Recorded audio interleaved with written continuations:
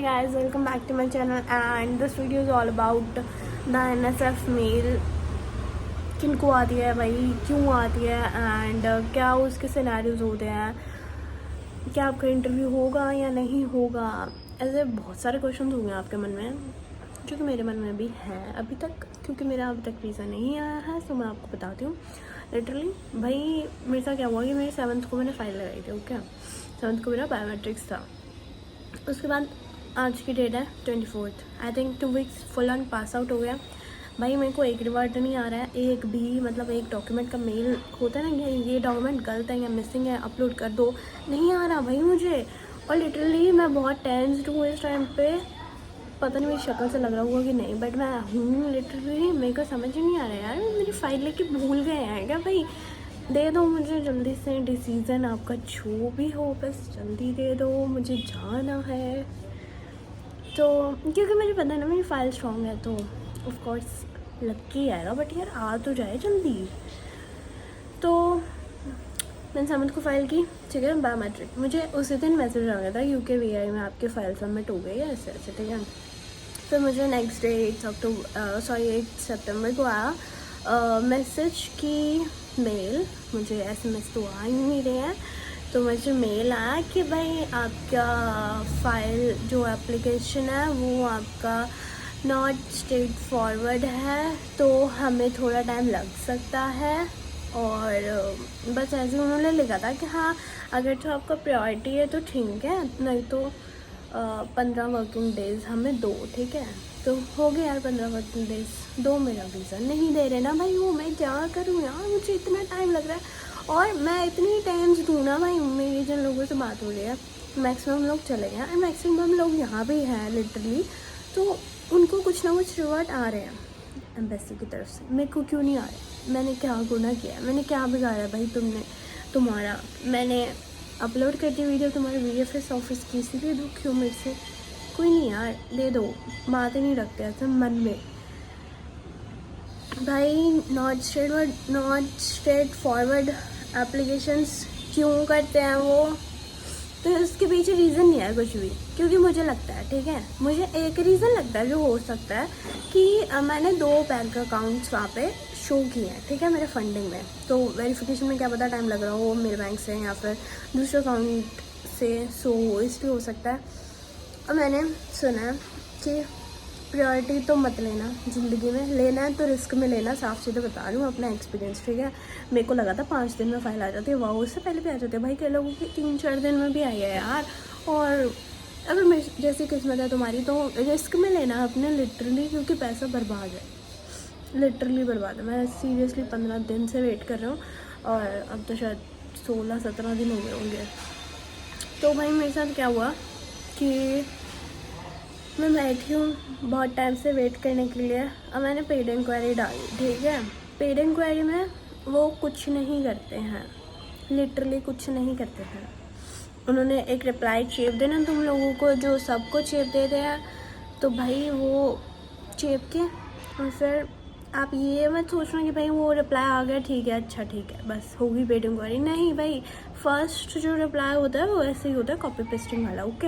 And second reply में वो आपको थोड़ा बताते हैं कि भाई ऐसे ऐसे करके ये आपकी फ़ाइल है और इतना टाइम लग सकता है, ये वो वगैरह वगैरह, ठीक है। और फिर थर्ड रिप्लाई जो मैंने उनसे मांगा, मैंने कहा कि मुझे बताओ कि मेरी फ़ाइल को कितना टाइम लगेगा। फिर उन्होंने जाके उसी दिन मेरी एक ही दिन में फ़ाइल एस्केलेट कर दी, ठीक है। वो कहते कि आप 15 दिन में मुझे कांटेक्ट करना, हमें मतलब कि हम 15 दिन में कुछ बता पाएंगे, उससे पहले हम नहीं बता पाएंगे। शायद तंग हो गए होंगे मेरे से, क्योंकि मैं भी तंग हो गई हूँ यार उन लोगों से, फ़ाइल ही नहीं दे रहे, भूल गए भाई, कहाँ रख दिया मेरी कोने में फ़ाइल।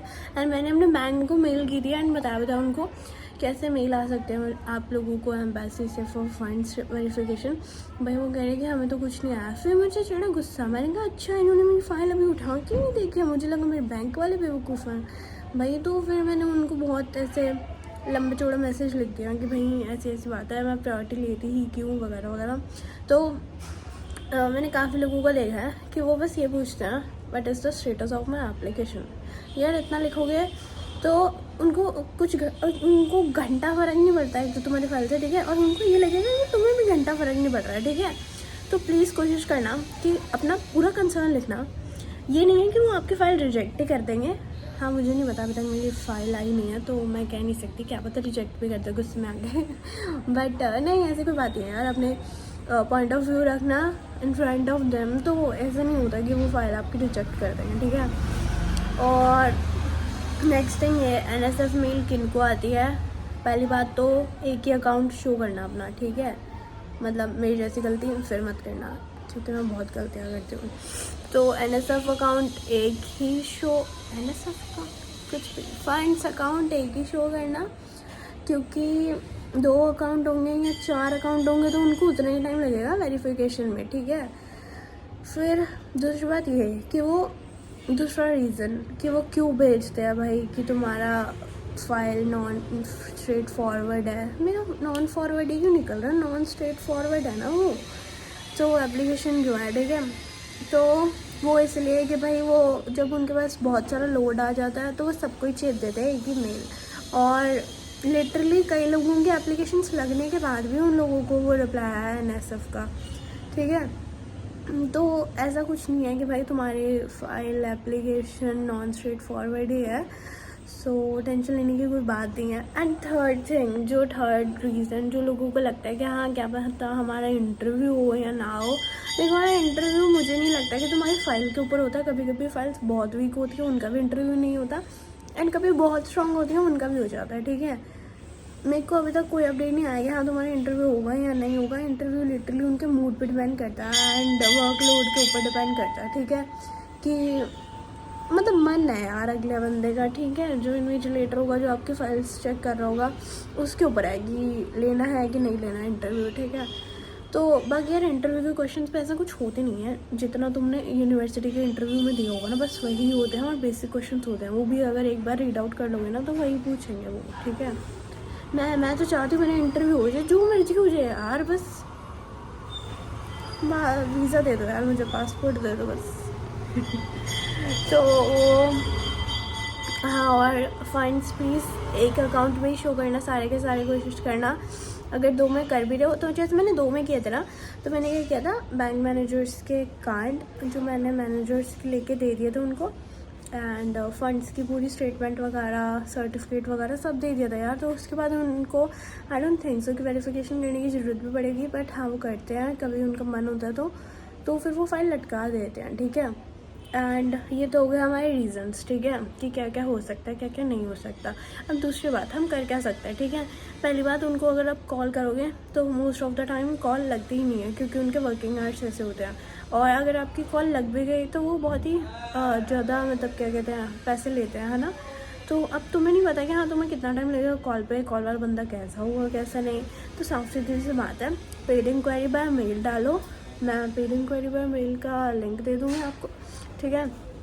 तो उसमें क्या होता है कि वो आपके 2.46 पाउंड आई थिंक, पता नहीं ऐसे कुछ लेते हैं, जो कि यहाँ के 288 लगे थे, मतलब मेरे 288 रुपीज़, 250 सब करते हैं, बट हाँ वो वैसे ही चल रही है पाउंड की वैल्यू, सो ज़्यादा कम भी हो सकता है, ठीक है। तो 250-300 के अराउंड मान लो। तो मुझे लगता है वो एक मेल के लिए इतने देने सही रहते हैं। क्यों? क्योंकि एक बार आप पेड इंक्वायरी डालते हो, उसके बाद जब आप फॉलोअप्स लेते हो ना तो वो उसके पैसे नहीं लेते हैं, ठीक है। अब ये है कि आप वो मेल को एक बार ये पैसा दे के उनसे कभी भी रिवर्ट बैक ले सकते हो, एंड लिटरली बहुत जल्दी रिवर्ट आ जाता है यार उनका। मैंने शाम को डाली थी अपनी कंप्लेंट, एंड मेरे को within half an hour ही रिप्लाई आ गया था यार उनका कि भाई ऐसे ऐसे करके है। वो कॉपी पेस्ट वाला रिप्लाई फर्स्ट जो, फिर सेकंड मैंने उनसे पूछा कि हाँ क्यों टाइम लग रहा है। मैंने मतलब एप्लीकेशन अपनी प्रायोरिटी पे लगाया और मेरी क्लासेस मिस हो रही है। डोंट यू थिंक सो कि आप लोगों की जगह से मिस है ये चीज़। भाई स्टूडेंट वीज़ा तो दो एटलीस्ट, तुम लोग टूरिस्ट वीज़ा लोगों को दे रहे हो, भाई तुम्हें स्टूडेंट की दिक्कत नहीं पता कि हाँ उसकी क्लासेस मिस हो रही हैं। तो मैंने ऐसे सब लिख दिया, ठीक है। तो फिर उसके बाद उनका थर्ड रिप्लाई आया कि हम एस्केलेट कर रहे हैं आपका केस, और एस्केलेशन के लिए ना वो क्या करते हैं कि आपकी डेट लिख देते हैं कि इस डेट को एस्केलेट हुआ है केस, तो इसके 15 दिन बाद अब आप हमसे कांटेक्ट करना। बट हाँ 15 दिन बाद कांटेक्ट मत करना, लिटरली मेरे को अभी इस फ्राइडे ही कहा है उन लोगों ने कि 15 दिन तक वेट करना, बट हर वीक आपको फॉलोअप लेना ही है उस मेल पे। हर दिन लोगे या फिर 2 दिन बाद लोगे तो कोई फ़ायदा नहीं है, बिकॉज सिचुएशन वही रहती है। एंड जो आपका जहाँ से आप रेफरेंस नंबर डाल के चेक करते हो ना अपना एप्लीकेशन स्टेटस, तो वो भी कभी कभार अपडेट नहीं होता है, ठीक है। तो because of the issue of that website में भी तो वो अपडेट नहीं होता है। एंड पेड इंक्वायरी मुझे लगता है बेस्ट ऑप्शन रहता है, क्योंकि कभी कभी कई लोगों के ऐसे केसेस भी हैं कि वहाँ पे तो दिखाता है कि आपके फाइल प्रोसेस हो रही होती है और आपको पेड इंक्वायरी डालते हो तो आपका वीज़ा प्रोसेस भी हुआ होता है। तो मैं तो यही होप कर रही थी, बट हाँ मेरे साथ हुआ नहीं, तो ठीक है कोई बात नहीं। और हर वीक फॉलो अप लेना, बस यही कर सकते हो आप उसमें। एंड मुझे नहीं लगता बेफालतू का वेट करके कोई फ़ायदा है। पेड इंक्वायरी डाल दो जस्ट, जैसे आपका अगर वीज़ा प्रायोरिटी का है, ठीक है, अब पेड इंक्वायरी कब डालनी है मैं वो बता देती हूँ। जैसे प्रायोरिटी का वीज़ा, ठीक है, उसको अगर 5 दिन हो गए तो 7 दिन तक वेट करो, 8, 9, ठीक है, 9वें 10वें दिन आप मेल डाल दो पेड इंक्वायरी का कि भाई ऐसे ऐसे करके मेरा वीज़ा था और प्रायोरिटी में था और अभी तक कोई रिप्लाई नहीं आया, ये वो, तो आप बताओ कि क्या स्टेटस है मेरा। और लिटरली वो प्रायोरिटी वालों को भी पता क्या कह रहे हैं कि भाई 3 वीक्स तक वेट करो, बिकॉज स्टूडेंट वीज़ा का हमारा प्रोसेसिंग टाइम 3 वीक्स है। तो फिर मैंने उनको बहुत गुस्से में बोला कि भाई मैंने प्रायोरिटी सर्विस लिया तो तुम वो वाली टाइमलाइन के हिसाब से चलो ना, तुम क्यों नॉर्मल स्टैंडर्ड वीज़ा का टाइम काउंट कर रहे हो। तो भाई लिटरली यार मुझे नहीं लगा कि उनका कोई काम करने का तरीका भी है, मतलब मुझे लगता है कि उन चीज़ों को सॉर्ट करना चाहिए यार, कि भाई पहले सितंबर के जो है इनटेक्स उनका वीज़ा दो और बेसिकली डिपेंडेंट वीज़ा भी एक बारी को कह दो कि छोड़ दें, स्टूडेंट वीज़ा भी ज़्यादा उनको फोकस करना चाहिए कि स्टूडेंट्स का मिस आउट होता है क्योंकि। और बस यही था, तो वो ये सब चीज़ें हम कर सकते हैं। एंड लेट्स सी यार कब आएगा वीज़ा, मैं फॉलो अप ले रही हूँ and I am still waiting for my visa after I don't think so 2 weeks हो गए हैं most probably. And I am hoping कि इस वीक में आ जाए, last week of September, but God knows. Okay यार, बाय गाइस, थैंक यू।